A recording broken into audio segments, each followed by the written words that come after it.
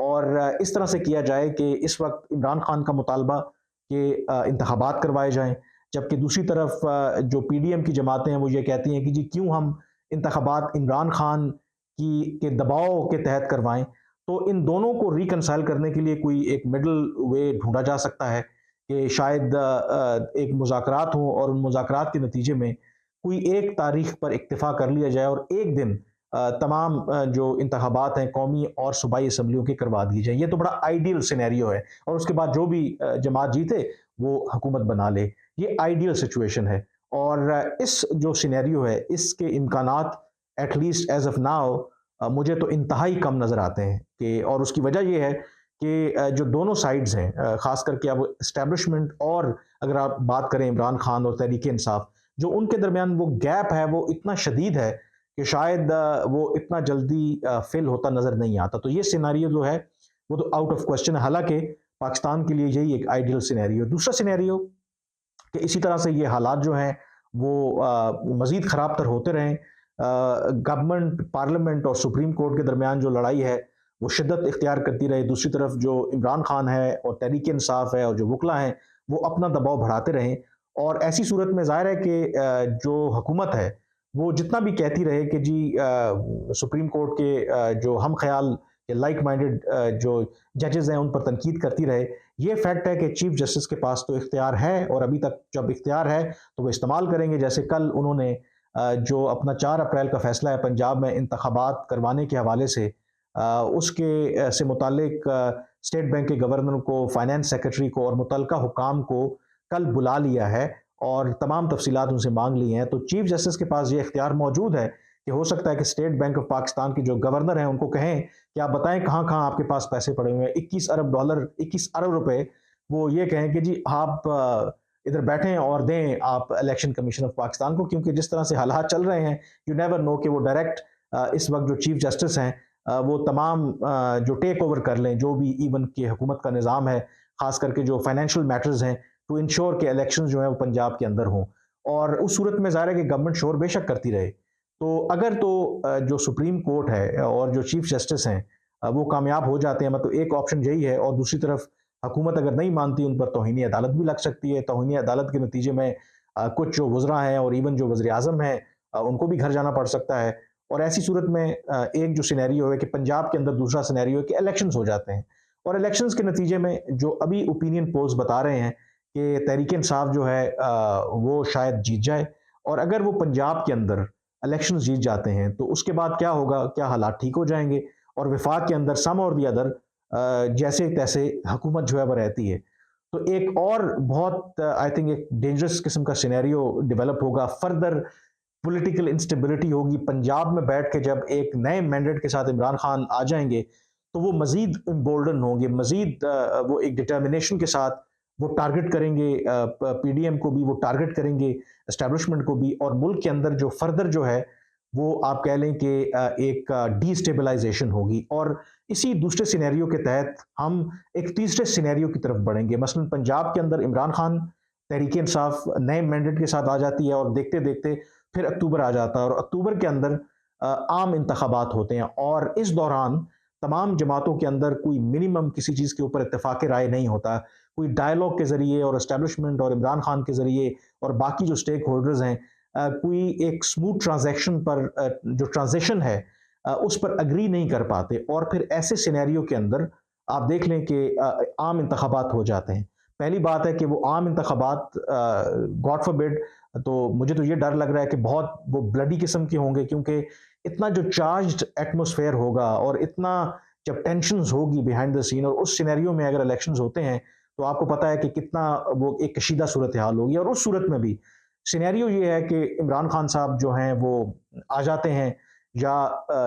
عمران خان صاحب جو ہیں وہ الیکشنز جو ہیں وہ جیت جاتے ہیں، اور یہ بات اپنی جگہ پہ قائم ہے۔ آئی تھنک یہ ہمیں بڑا کلیئر ہونا چاہیے کہ لڑائی اصل میں عمران خان اور اسٹیبلشمنٹ کے درمیان ہے، اور عمران خان صاحب یہ سب جانتے ہیں کہ تحریک انصاف نے جو موجودہ آرمی چیف ہیں عاصم منیر، ان کی تعیناتی کو روکنے کے لیے کتنا پروپیگنڈا کیا، کتنا انہوں نے ایفرٹ کی، اور ابھی بھی ان کے خلاف کہیں نہ کہیں جو پروپیگنڈا ہو رہا ہے۔ اور کل میں نے اس حوالے سے ایک ٹویٹ بھی کیا جس کے جواب میں فواد چودھری نے کہا کہ نہیں جی جو نیا پاکستان ہے یا جو تحریک انصاف ہے، جب وہ جیت کر آئیں گے تو وہ جسٹس قاضی فائز عیسیٰ اس وقت چیف جسٹس ہوں گے، اور جو عاصم منیر ہیں ایز این آرمی چیف، ان کے ساتھ وہ مل کے کام کریں گے، اور یہ بالکل بھی جو نیا پاکستان ہے ان کا یہ خاصہ نہیں ہے، یا جو ان کا جو تحریک انصاف کہ اگر وہ مینڈیٹ کے ساتھ نئے مینڈیٹ کے ساتھ آئے گی تو کسی سے بھی وہ بدلہ نہیں لے گی، کسی سے بھی وہ ریونج نہیں لے گی۔ اگر کاش تمام لوگ اتنے معصوم ہوتے اور فواد چودھری صاحب کی اس بات سے ایگری کر لیتے، حقیقت ایسی نہیں ہے۔ وہ لوگ بھی جانتے ہیں جن کو ابھی بھی تحریک انصاف مسلسل نشانہ بنا رہی ہے، اور وہ جانتے ہیں کہ عمران خان صاحب پہ ٹرسٹ نہیں کیا جا سکتا، کیونکہ کنسرن یہی ہے کہ عمران خان صاحب، یہ کہا جا رہا ہے کہ اگر وہ دوبارہ ایک مینڈیٹ کے ساتھ آتے ہیں تو عین ممکن ہے کہ وہ جو موجودہ آرمی چیف ہیں ان کو فارغ کر دیں، اور ایون جو موجودہ چیف جسٹس جو آگے چیف جسٹس آ رہے ہیں قاضی فائز عیسیٰ، ان کو بھی ہٹانے کی بھرپور کوشش کریں۔ تو یہ جو پوزیشنز ہیں، ایکسٹریم پوزیشنز لی ہوئی ہیں، تو اس سے ایون یہ جو دوسرا اور تیسرا سینیریو ہے، اگر اس کے مطابق بھی چیزیں چلتی ہیں تو گاڈ فاربڈ جو سینیریو بن رہا ہے وہ لگتا یہ ہے کہ ہم ایک کانسٹیٹیوشنل بریک ڈاؤن کی طرف، ایک پولیٹیکل بریک ڈاؤن کی طرف بڑھ رہے ہیں۔ اور جو تیسری امپورٹنٹ بات ہے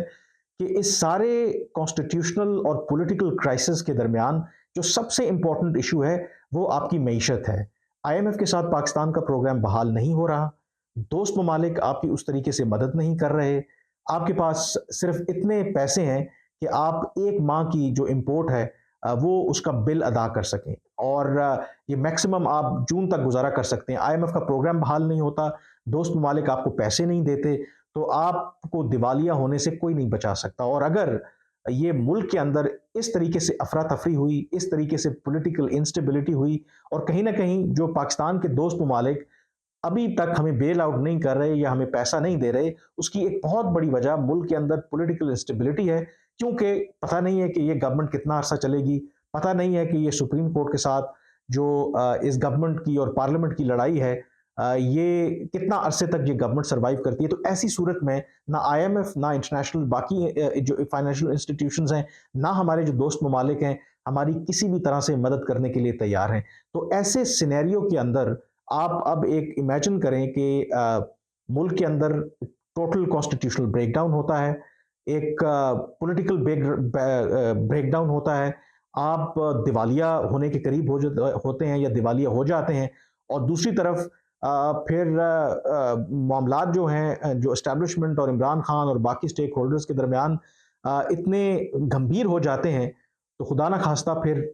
مجھے لگتا ہے کہ اس ملک کے اندر کوئی غیر جمہوری اور غیر آئینی بھی کام ہو سکتا ہے، یعنی کہ مارشل لا تک لگ سکتا ہے۔ اب میں یہاں پر ڈسکلیمر ضرور دے دوں کہ میں کسی کو وارن نہیں کر رہا یا میں اس کی حمایت نہیں کر رہا کہ ملک کے اندر مارشل لا لگنا چاہیے، یا ملک کے اندر جو بھی لولی لنگڑی جمہوریت ہے وہ ڈی ریل ہونی چاہیے۔ ایشو یہ ہے کہ پاکستان ہسٹری ہمارے سامنے ہے، ہم مانیں یا نہ مانیں، ایسا ہوا ہے کہ پاکستان میں اس سے پہلے جب حالات اتنے برے نہیں تھے جتنے آج برے ہیں تو اس ملک کے اندر مارشل لا لگے ہیں۔ اب جس طرف حالات جا رہے ہیں تو یو نیور نو کہ اگر ہم ایک ٹوٹل کیوس کی طرف جاتے ہیں، ایک انریسٹ ہوتا ہے، تو ظاہر ہے کہ اس وقت فوج جو ہے وہ کہا جاتا ہے کہ اونلی ڈسپلنڈ ادارہ ہے، تو دے کین انٹروین۔ اور میں اگین آئی وڈ ایمفیسائز کہ میں اس کو بالکل بھی سپورٹ نہیں کرتا، اور نہ میں یہ کہہ رہا ہوں کہ ملک میں مارشل لا لگنا چاہیے۔ میں تو صرف ایک جو اپنے تجربے کی بنیاد پر اور جو زمینی حقائق ہیں اور کنیکٹنگ دا ڈاٹس، یہ میں خبردار کر رہا ہوں کہ یہ سینیریو بھی بن سکتا ہے، اور اگر خدا نہ خواستہ ایسا ہوتا ہے تو اس کا ذمہ دار کون ہوگا؟ یقینی طور پر آپ اسٹیبلشمنٹ کو اور ایک پورا ہسٹری میں دیکھیں تو ٹھیک ہے، آپ پی ڈی ایم کو بھی دیں گے، آپ تحریک انصاف کو بھی دیں گے، لیکن جو موجودہ جو صورتحال ہے اس کو مزید خراب کرنے میں میرا خیال ہے کہ سب سے بڑا رول جو ہے وہ سپریم کورٹ یا سپریم کورٹ کے جو چند ججز صاحبان ہیں، شاید جو اپنی ذاتی انا کی خاطر یا ان کی کوئی پرسنل لائکنگ ڈس لائکنگ ہے، جس طریقے سے اس وقت وہ چلا رہے ہیں نظام کو، لگتا ہے کہ supreme court would be responsible. جس طرح آرٹیکل 63A کی جو تشریح کی گئی، اس سے ایک بہت بڑا بگاڑ پیدا ہوا، اور انہوں نے آئین کو ری رائٹ کیا، اور یہاں پر ظاہر ہے کہ سپریم کورٹ کو کوئی پوچھنے والا نہیں ہے۔ اور اب جس طریقے سے جو سیاسی معاملات پر جس طریقے سے جو سپریم کورٹ ہے وہ انٹروین کر رہی ہے، ایک خاص جو ججز کا گروہ ہے شاید ایک خاص پارٹی کو وہ بینیفٹ دینا چاہتے ہیں، تو اس کے نتیجے میں مزید جو سچویشن ہے وہ گمبھیر ہو رہی ہے۔ اور اگر خدا نہ خواستہ ان فیوچر پاکستان کے اندر کوئی غیر آئینی اور اس طرح کا کام ہوتا ہے تو آئی بلیو کہ کرنٹ جو لاٹ ہے ججز کی، جو ایک خاص طریقے سے سپریم کورٹ کو چلانا چاہتے ہیں، خاص طریقے سے آئین کی تشریح کر رہے ہیں،